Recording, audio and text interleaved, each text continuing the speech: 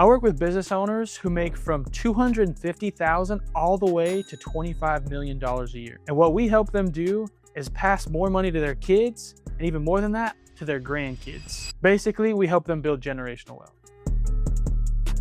I'm a partner at Mills Wealth Advisors, and we've been helping business owners live confidently for 26 years. And for those business owners I talked about making $250,000 to $25 million, we take every single one of them through the same three-part system where we help them grow, protect, and preserve their assets. And today, I want to break down that three-part system for you in order. And to explain this to you, I'm going to use my whiteboard. So the first phase of this system is growth.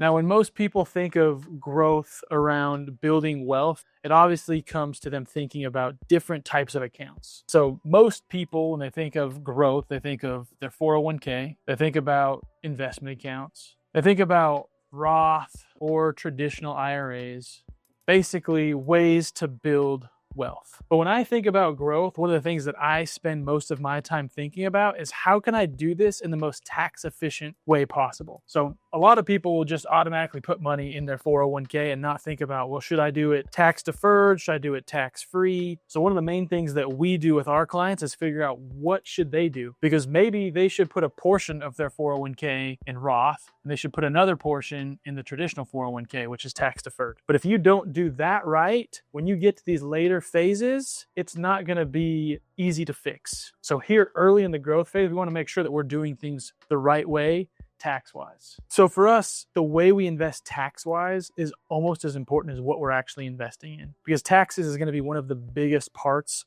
of you growing wealth. So if you can do it in a tax-efficient way, that's going to be the best thing. Now, you probably know that in financial planning, there's really 6 pillars. Those are tax, estate, retirement, and insurance, and of course, investment management. Inside the growth phase, this one for most people isn't something they're thinking about because that's more long-term, but tax is important. Retirement is trying to figure out when you're actually going to retire. Insurance is big time. You want to make sure you're protecting the stuff you're growing. Cash flow is really how you're going to build this. And then obviously investment management. So in this growth phase, I see basically 4 to 5 of these 6 pillars show up in this category. What I've noticed is in these 3 phases, it's pretty age-based. So typically, the younger you are, the more you fall over here on the growth side. The older you are, you're typically on that side. But some people can speed that up. For instance, Mark Zuckerberg is past the growth phase and he's all the way over here because he built wealth very quickly. But most of the time we find people here are people typically under the age of 45 or 50. And one of the most recent examples I have of this is a client we met with who owns a construction company. He came to us. He was working with a CPA, but he didn't have an advisor. And so he was getting the tax help that he needed, but there was nobody looking at retirement, insurance, cash flow, or investment management. So he came to us looking for something more than just tax. He knew he needed more. So what we ultimately did with him was we figured out what was his cash in, cash out, so we could figure out how much he could save. Then we looked at his insurances and made sure that he had enough life insurance if something happened to him, or enough disability insurance if he wasn't able to work anymore. And then we also made sure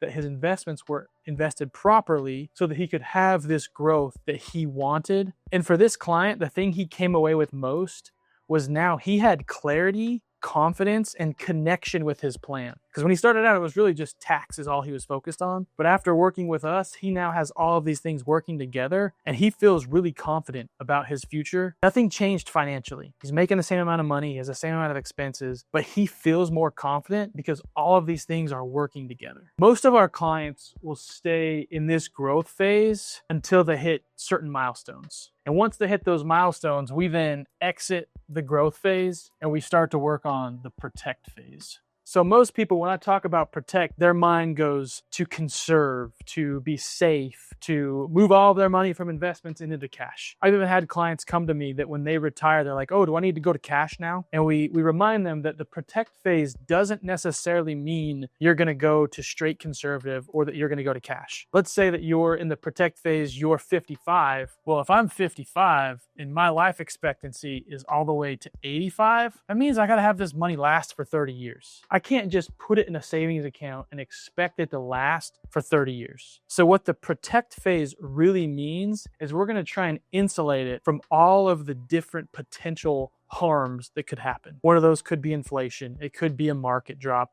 Another one could be their health. But we're going to do things at this point to protect this money, but it doesn't mean we're going to curl up in a ball and just let it sit there. We're going to have it still be invested, but we're just going to protect from all of these different possible outcomes. So I mentioned a few of the risks that are potentially out there. I want to dive deeper into them. So the first one is market risk.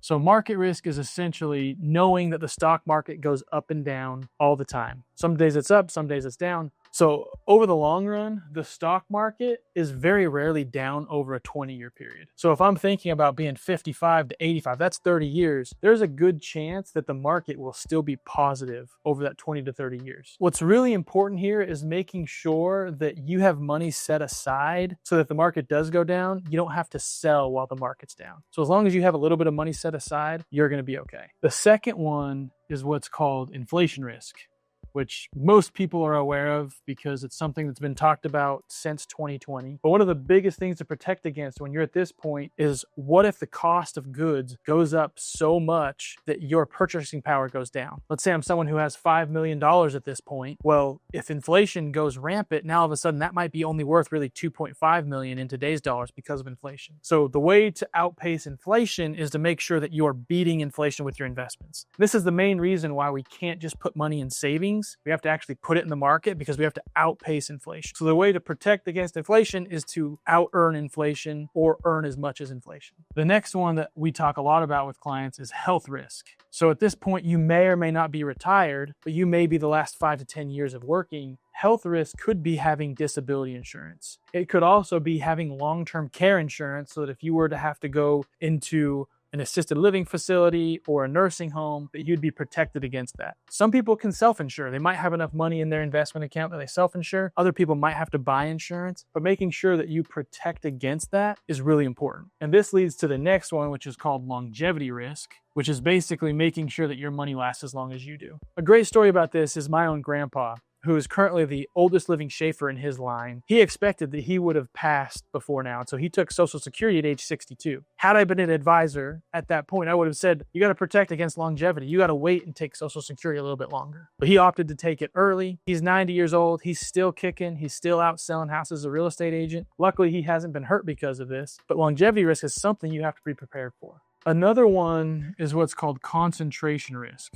Concentration risk is when someone has too much invested in either one stock or in one business. I've told a story in one of my short form videos about a client that we had who has about 35 million in one stock. That whole video was really about concentration risk. I didn't say concentration risk in it, but really it was about concentration risk. It's making sure that you don't have too much money in one stock or in one real estate, that if something happened to it, your whole thing would fall apart. So concentration risk is really important. And then the final one is liquidity risk.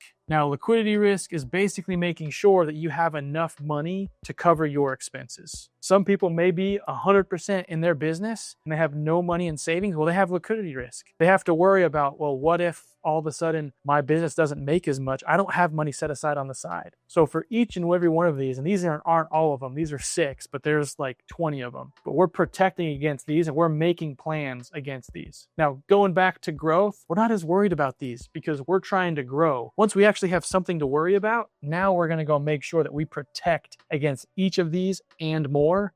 And when you do that, and you're protected against each and every one of these, we can now move to the preservation or the preserve section. Oftentimes, most people get stuck in the protect phase. They may not have enough money to preserve it for future generations. They may not be worried about this. I met with a client yesterday who has $8.5 million of investable assets. And we talked about this phase and they're like, I'm not really worried about that. I just want to make sure that I have enough money to live off of. And I was like, hey, I've gone through all of these and I think you're okay, but they have a hard time getting to this preserve phase. But the preserve phase is one that I think is really fun to talk about and really fun to think about, because this one is a lot more about habits and actions and less as much about actual money. It's about, less about dollars and cents and more about mindset, more about how you actually frame things. I think because less people have this kind of money, this is where most people are underserved. Most people don't get the ideas here that they should because most everybody else is talking about growth, protect, preserve isn't as talked about as much. If you go back a couple hundred years, you can talk about the Vanderbilts and you can talk about the Rockefellers. I would say the Vanderbilts kind of got stuck here and never got here, as opposed to the Rockefellers, who we still talk about every single year because the big tree in New York is in Rockefeller Center. They did a good job on this preserve section, and so we still talk about them. We do talk about Vanderbilt and how they have a bad football team, but we don't talk about them wealth-wise. So in here is where we have all of these conversations around money, where we want the next generation or the third generation to spend the money. The other issue we have in the preserve section is that most people wait too late to do it. They usually say, oh, okay, when I die, then they'll get my wisdom. It's going to be in my will. It's going to be in my trust. What we've found here is what you want to do is start today grooming the next generation or even the third generation. So these can be things like a family constitution, where you put in there what that money is going to be for, how you see they should use it. Another thing that we've seen in here that people do is they create like a family council. So one of the things that I'm familiar with is a family that every year when they do philanthropy, everyone has an input. It's not just the mom or dad who built the wealth, but everybody has some input here where they can pick a charity. So I might say, I want to give to this charity, and my brother might say he wants to give to another charity. At this point, it's not my money that's being used, but I'm now thinking, how should this money be used so that when I actually get the money, I'm going to know, how did mom and dad think this should be used? So family council is an awesome thing. Another thing that we can do is have family trainings. And this doesn't have to be like, hey, we're going to have a training today, but it's just like ad hoc, talking about money, showing with your actions, not necessarily your words, but training them today how this money should be used. Now, if you noticed, I didn't talk yet much about trusts, ILETs, wills, life insurance. Those are obviously important things that you need to do, but this part is where I think most people miss. It's easy to go create a trust, go talk to an attorney. These are the things that I think most people miss, is doing that training today, not just putting it in words, but actually doing that training. And obviously we talk with our clients about wills, trusts, 831B plans. We talk about IDIGITs, which are intentionally defective grantor trust. Things like that are very important here. But I think what most people miss is passing on this wisdom while you're still alive. As you probably noticed, each one of these three kind of rely on one another. The preserve is kind of predicated on what you do in the protect, which also is predicated on what you do in the growth. I had said early on that some of the decisions you make, like whether you do Roth or traditional, is going to affect the protect and the preserve. I would rather leave my kids Roth money than traditional money. So if I'm in the growth phase and I'm thinking that at one point I'm going to preserve this, I'm going to make better decisions. I also talked a little bit about, tax, estate, retire, insurance, cash flow, investment management, how they don't all happen in every single one. You saw that this one was very heavily estate, or this one was light estate. There's still some estate thoughts in it, but they all kind of work together. Here in protect, we talked a lot about insurance. We talked about cash flow. We talked about retirement. We didn't talk a ton about tax, but there is some tax in there. But overall, I think every single one of these work off of each other. And if you can start, especially early, with this end in mind, you're going to be a lot happier when you get to this preserve section than someone who didn't think about preservation until they got here. Now, all of a sudden, they're going to have to make some hard decisions because they weren't planning in the beginning. If you've been listening for the last 10 to 20 minutes that I've been rambling on, first of all, thank you. Second, if any of this sounds like something that you would be interested in, the first link in the description is for you. If you don't want to check out the first link in the description, but you do want to learn more about generational wealth, comment below about something that you would like to talk more about. And it could be about generational wealth. It could be about something else, anything financial. And I'll do my best to make a video about each one of them because I'm here to give value. And other than that, subscribe to the channel and I'll see you at the next one.